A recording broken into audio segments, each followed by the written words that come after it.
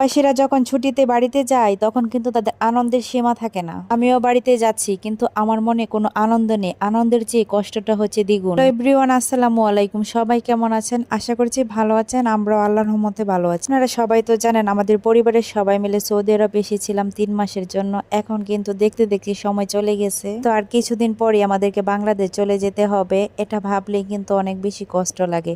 শুধু যে আমার খারাপ লাগে এরকম না, আমার ভাই বোন ছোট, তাও তারা বলতেছে সৌদি আরবেই ভালো ছিলাম, বাংলাদেশ যেতে ইচ্ছে করছে না। বাংলাদেশ চলে যাব, তাই আব্বা আমাদেরকে আজকে জেদ্দা আল বালাত মার্কেটে নিয়ে আসছে টুকটাক শপিং করে দেওয়ার জন্য। সৌদি আরবে আসার পর রুটিন কিন্তু একদম চেঞ্জ হয়ে গিয়েছে আমাদের। সকালে কখনই নাস্তা খাওয়া হয় না, কারণ আমরা ঘুম থেকে উঠি বিকাল 3টার দিকে। এবারই কম বেশি খিদা লাগছে, তাই অল্প খাবার খেয়ে নিলাম। আজকে এত বেশি রোদ আর গরম ছিল যে আমি আর ভিডিও করার মতো শরীরে এনার্জি পাই নাই। এটা সুপার শপ থেকে আমরা কাপড় থেকে নিয়ে কসমেটিক্স থেকে নিয়ে যা যা লাগে সবকিছু কিনে নিলাম। এই যে এখানে দেখেন ব্যাগগুলা রেখে আমি দাঁড়িয়ে আছি, আর আব্বা হচ্ছে আম্মাকে নিয়ে একটি দোকানে গেছে কম্বল কেনার জন্য। এতগুলো শপিং হয়েছে যে কোনো দোকানে কিছু কিনতে গেলে এতগুলো শপিং নিয়ে তো আর যাওয়া সম্ভব না, তাই বাহিরে এক সাইডে রেখে আমি দাঁড়িয়ে আছি। যারা সৌদি আরবে থাকেন অবশ্যই আলবালাত মার্কেটটা চিনবেন। তারপর আমি আপনাদের সকলকে একটু ভিডিওতে আলবালাত মার্কেটের সামনের ভিউগুলা দেখালাম। তারপর আমাদের কেনাকাটা শেষ করে আমাদেরই এক বাংলাদেশি ভাইয়ের গাড়ি দিয়ে আমরা রুমের উদ্দেশ্যে রওনা দিব। এখন জিনিস করে সবগুলো জিনিস রাখা হচ্ছে, যেহেতু অনেক বেশি কেনাকাটা করা হয়েছে